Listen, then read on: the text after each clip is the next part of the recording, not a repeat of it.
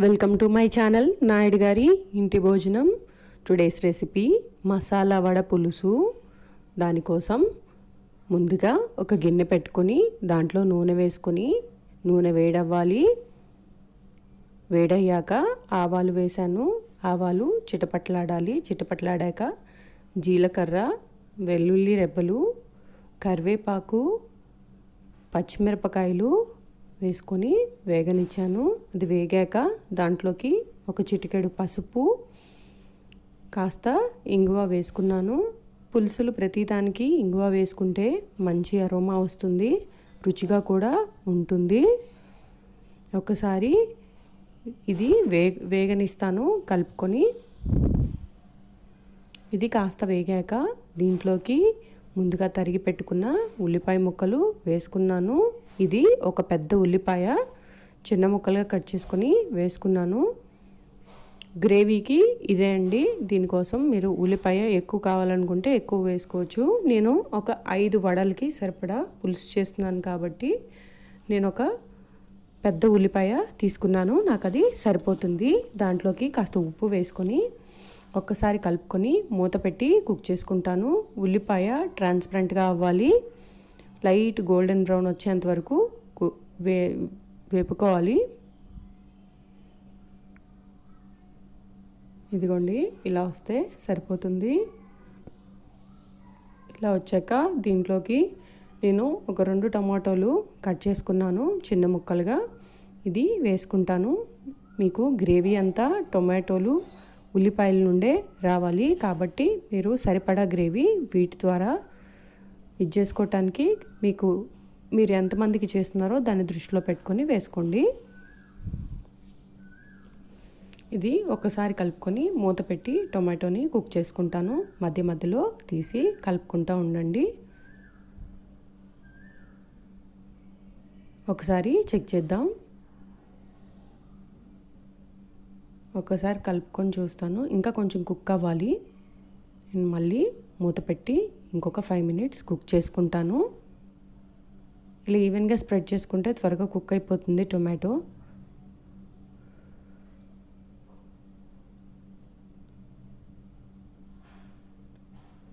కాసేపు అయిన తర్వాత ఒకసారి తీసి చూసుకున్నాను. కుక్ అయింది టొమాటో.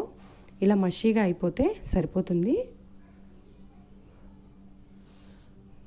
ఈ వడల పులుసుకి నేను వడలు ముందు రోజేనే చేసుకొని పెట్టుకున్నాను. ఎందుకంటే కొంచెం ప్రాసెస్ ఉంటుంది కదా. నేను ఇంకొకసారి డీటెయిల్డ్ వీడియో వడలది నేను అప్లోడ్ చేస్తాను. ఇందులోకి కారం వేసుకుంటున్నాను. పులుపు కోసం చింతపండు పులుసు,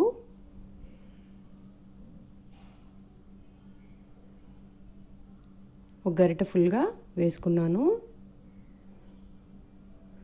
వేసుకొని ఒకసారి కారంని, చింతపండు పులుసుని కలిసేలాగా కలుపుకొని కాస్త వేగనిస్తాను.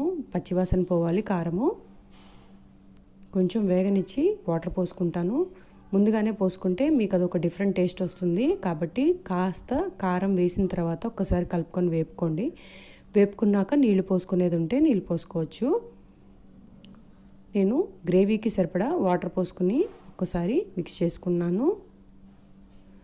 మీకు వడల పులుసులో ముందుగానే పులుసు ఉడకాలండి. మీకు సరిపడా పులుసు థిక్నెస్ ఎంతవరకు కావాలో అంతవరకు ఉడికించిన తర్వాత కాస్త ముందుగా అంటే మీకు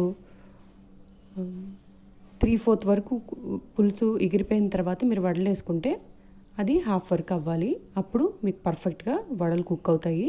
ముందుగానే వేసుకుంటే వడలు చెదిరిపోతాయి కాబట్టి నేను పులుసుని కాసేపు ఉడకనిస్తాను. మూత పెట్టుకుని ఇదిగోండి, నాకు 3/4 వరకు అయిపోయింది పులుసు. ఇలా కాస్త అప్పటికే థిక్నెస్ వస్తుందండి. వచ్చిన తర్వాత దీంట్లోకి వడలు వేసుకోవాలి.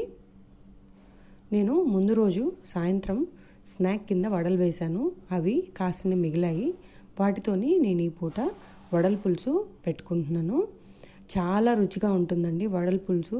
తిన్నాక మీరే నాకు చెప్తారు చాలా టేస్టీగా ఉందని చెప్పి.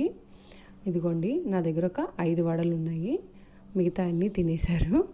సో ఈ 5 వడలతో నేను ఇవాళ పులుసు చేసి చూపిద్దాం అనుకున్నాను మీకు. ఇదిగోండి, ఆ పులుసులోకి వేసేసుకుంటున్నాను. ఇంకా ఇక్కడ నుంచి మీరు పద్దాకా కదపకూడదు.